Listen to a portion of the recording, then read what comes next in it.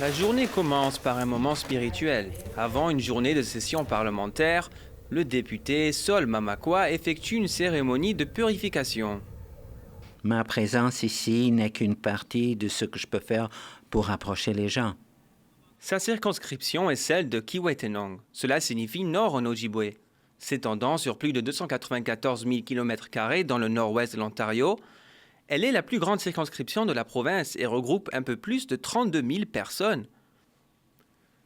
Sol Mamakwa représente 31 Premières Nations, dont 25 ne sont accessibles qu'en avion. C'est le cas de sa propre communauté de Kingfisher Lake. Selon lui, la vue aérienne remet tout dans son contexte. Je pense souvent à quel point nous sommes riches, les terres, les lacs, les sources, les rivières et les animaux qui vivent, les poissons, toutes les plantes et les arbres. Quelle richesse! Et de notre côté, quand je me rends auprès d'une communauté autochtone, une réserve, je vois la pauvreté, le coût de la vie et les problèmes. D'accord. Le député de Kiwetenong.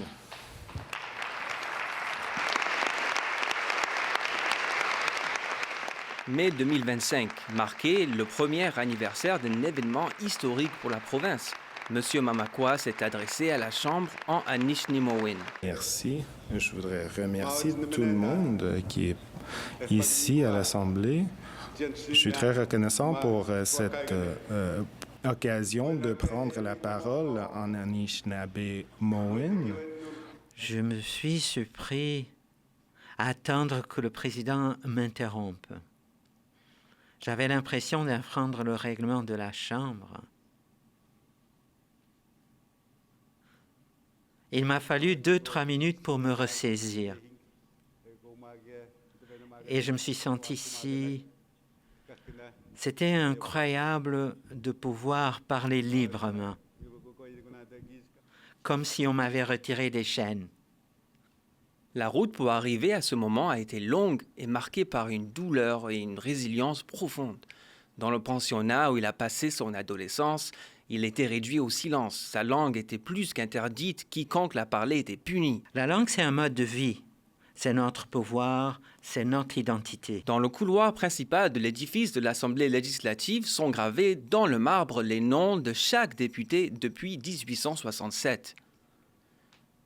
Je voulais vous emmener ici, près de ce mur de marbre. Je l'appelle la pierre éternelle. Le nom de M. Mamakwa s'y trouve également, mais le sien a quelque chose d'unique. Vous savez, c'est ça ma langue maternelle. Ça, c'est ma deuxième langue. Cette question fait partie de mon identité. Ma langue fait partie de ce qui me rend fier d'être moi-même et de qui nous sommes. Je suis fier de la parler. À une époque, à un moment dans la vie, on ne savait pas encore qui on était. Aujourd'hui, nous sommes fiers. Et cela va améliorer les choses? Oui, cela nous aidera à être fiers et à être forts. Juste avant de prendre la parole, M. Mamakwa a brandi une plume d'aigle. C'était un cadeau de la part d'un aîné de la Première Nation de Garden River. Un symbole et un rappel du chemin à parcourir. Une des choses qu'il m'a dites était « C'est pour que tu continues à parler notre langue, pour que tu nous représentes tous. » Les prémices de ce moment incroyable se sont déroulées ici, dans le sous-sol de Queen's Park, dans cette salle à manger.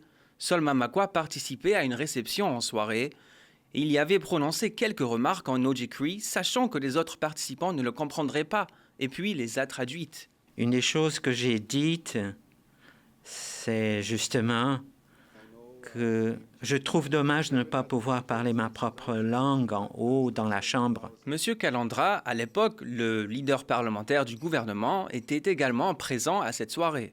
Sur le moment, j'ai été frustré de l'entendre. J'ai cru qu'il avait tort. Le lendemain matin, alors qu'il prenait son café à la cafétéria, Monsieur Calandra a aperçu Monsieur Mamakwa. Je suis allé lui dire, « Sol, tu te trompes complètement. Évidemment que tu peux parler ta langue. » J'ai répondu « Non, je ne peux pas. J'ai essayé, réessayé. » Mais il m'interrompt après 20 secondes. Et quand je suis allé prendre mon café, un de mes assistants m'a dit, « Il a raison. Le temps d'acheter mon café, je suis ressorti, je suis retourné lui parler, j'ai dit « Tu as raison, j'ai tort, et on va changer ça ». Les deux députés ont alors collaboré pour enclencher le processus formel d'amendement du règlement de l'Assemblée législative, qui autorisait déjà le français et l'anglais et d'y ajouter les langues autochtones. On ne voulait pas que ce soit une occasion unique. On voulait un véritable changement qui permettrait à M. Mamakwa ou tout autre député originaire d'une Première Nation de venir parler leur langue. Cela nécessitait également d'interpréter l'Ojikri en simultané. Et en parlant Anishinaabe permet de m'exprimer de ma culture. Ainsi que de transcrire dans le journal des débats dans la même langue. C'était un énorme projet et je suis très fier que l'Assemblée soit parvenue aussi vite et de cette manière. Je pense que c'est un exemple pour beaucoup d'autres parlements.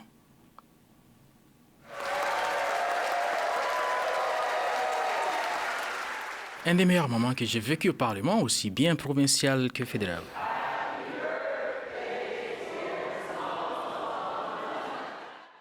Sol Mamakwa a consulté sa famille, dont sa sœur et sa mère, pour décider unanimement du moment de sa prise de parole.